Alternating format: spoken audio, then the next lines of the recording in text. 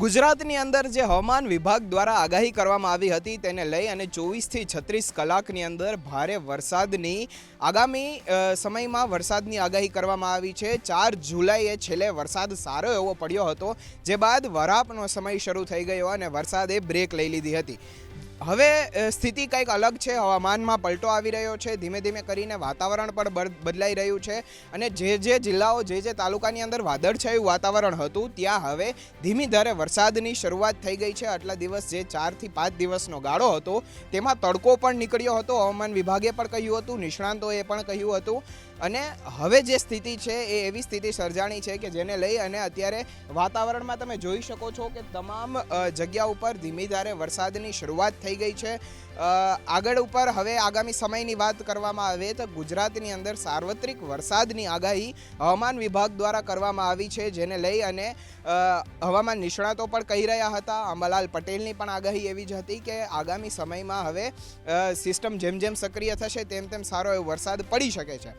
પરંતુ જે બદલાઈ છે વાતાવરણમાં, અચાનકથી જે પલટો આવ્યો છે આજે બપોરે 2 વાગ્યાથી, તેને લઈ અને એવું માની શકાય કે હવે વરસાદની બીજી સિસ્ટમ સક્રિય થઈ ગઈ છે અને ધીમી ધારે હવે મેઘરાજા ફરી એક વખત ગુજરાતની અંદર બેટિંગ કરવાના છે।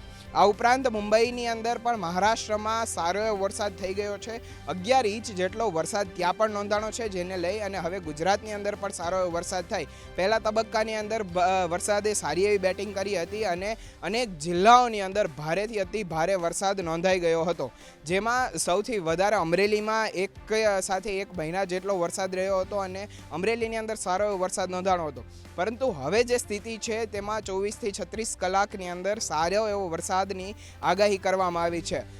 સાર્વત્રિક ગુજરાતની આપણે વાત કરીએ તો સૌથી વધારે 24 કલાક, છેલ્લી 24 કલાકની અંદર બનાસકાંઠામાં 4.1 ઇંચ જેટલો વરસાદ ખાબકી ગયો છે। જે ઉપરાંત દક્ષિણ ગુજરાતની વાત કરીએ તો ત્યાં પણ હવામાન વિભાગે યલો એલર્ટ અને ઓરેન્જ એલર્ટ આપવામાં આવ્યું છે કે ત્યાં પણ સારો વરસાદની આગામી સમયમાં શક્યતાઓ રહેલી છે।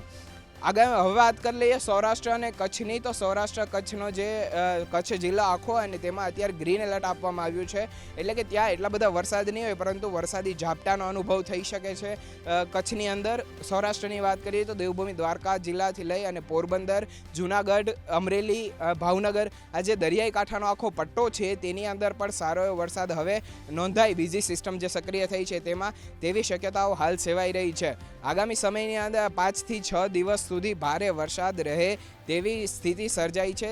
ઉપરાંત દક્ષિણ ગુજરાતની અંદર પણ સારો એવો વરસાદ રહેશે, મધ્ય ગુજરાતમાં વરસાદ જેવું વાતાવરણ રહે। અમદાવાદ, ગાંધીનગર, મહેસાણા, પાટણ, પંચમહાલ અને મહીસાગર જે જિલ્લા છે તેની અંદર વાદળછાયું વાતાવરણ રહે, વરસાદી ઝાપટા આવે તેવી સ્થિતિ રહે, ગાજવીજ થાય, મેઘગર્જના થાય તેવી પણ સ્થિતિ રહે, પરંતુ તેની સામે એટલો બધો વરસાદ નહીં નોંધાય। જે જિલ્લાઓની અંદર વધારે એલર્ટ આપવામાં આવ્યું છે તે દક્ષિણ ગુજરાતના છે, સૌરાષ્ટ્રના અમુક છે અને ઉત્તર ગુજરાતના જિલ્લાઓની અંદર સારું એવું વરસાદની બેટિંગ રહે તેવી હાલ શક્યતા છે।